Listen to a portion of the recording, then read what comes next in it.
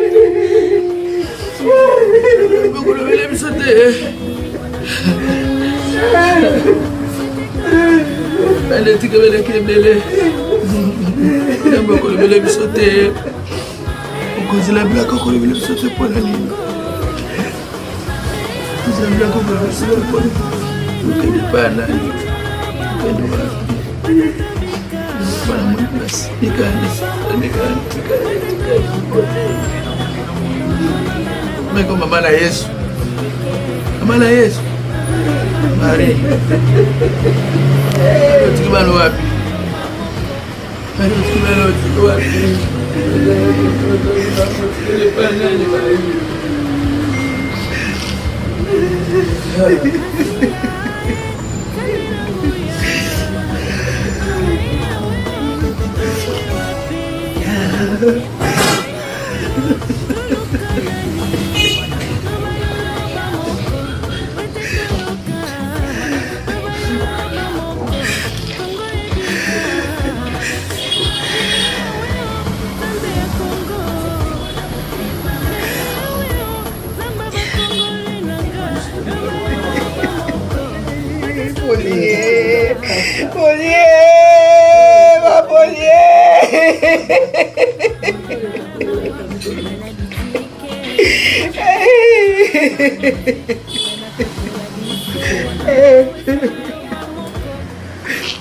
Monica di Sanoe, sabe?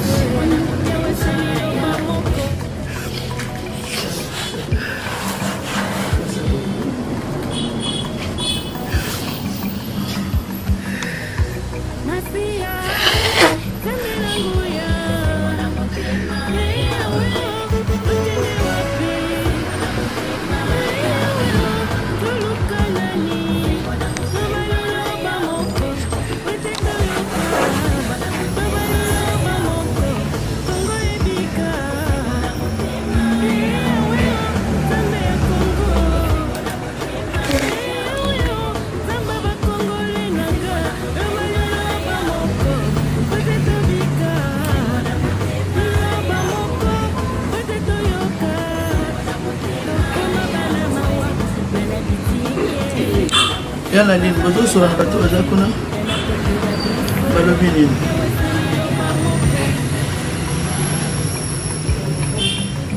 pardon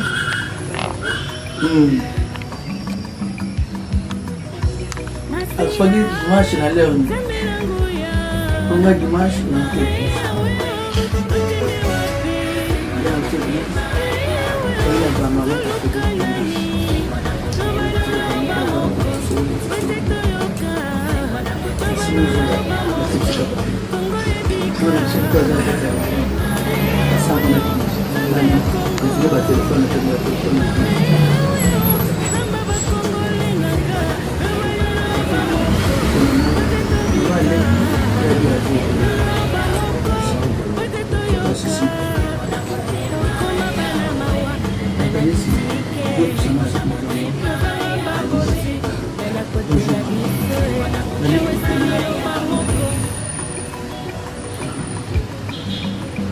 basombele nkoyo ai mwana ngai soki eza na makoki likambo te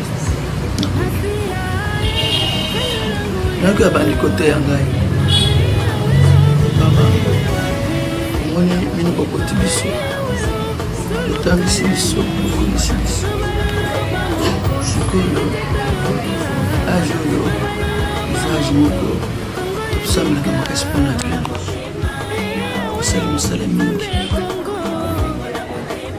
jeunesse otei bato banda papa wana mwana wana aza bisa ngai banda président akufaka liboso komonene lisusu mobutu banda mobutu mama tata biso bana na bino lelo bage tokomona jambe aze kasi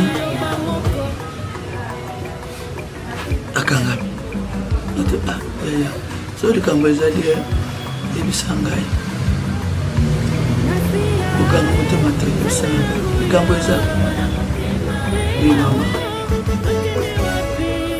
aboyi yako atuni te tosepelaki na ye mokolo wana alaki azoloba malema ndenge tosolaki ata mosusu bakosaki bafacebook na batiktok balobaki o mama akofaki tosolaki na ye aza malamu nazaka maladi nabise mama akufi tala bakomi yao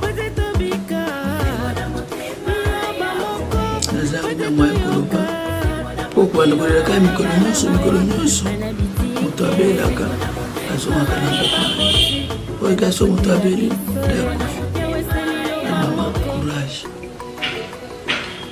donc banda dimanche wana nabengana posa kutokoleleza kitamisi nzambe merci lokolo osali mokano na yo likambo oko eza te tokosala nini tosali mboka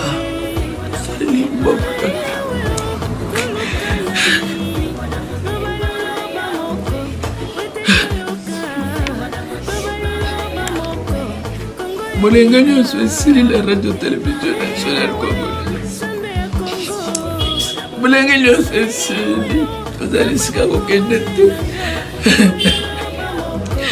lelo tobandi kokofa lokola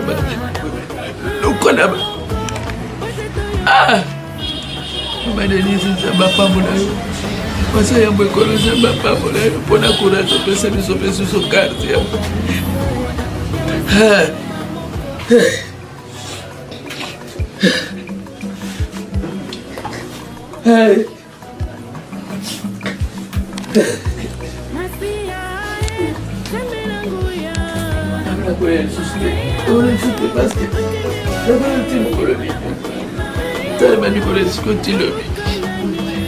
boli akozonga te nakomona subole te balakota na erte na se nazobeta misu na droite na gauche boli aza te cher kolekete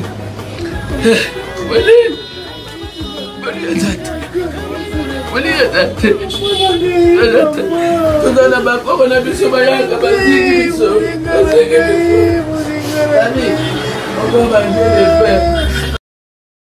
nayebi te video oyo ernime kokoma ekomela bino ezali mama Joséphine mama Zozo nayebi bino solution oyo ezali solution ya ba problème na biso. Ba problème na biso yango eza nini? Ba problème na biso yango eza ba problème ya santé, eza ba maladie oyo eza kati na biso, ma maladie telle que diabète, tension, AVC, prostate, ba hernie, ba maladie wana nyonso tout o ezo déranger biso, ba ménopause, mutu pasi, maladie nini, épilepsie, maladie nyonso tout oyo ezo déranger ndeko na yo, oyo aza pembe na yo ezo déranger mwana na yo, oyo ya cancer, oyo ezo déranger biso. Solution yango yo na yeli yo solution ya ba produit na biso ya naturel, ba produit oyo ezali ba complément alimentaire, ba produit oyo ezali 100% naturel, ba produit na biso ya Occident.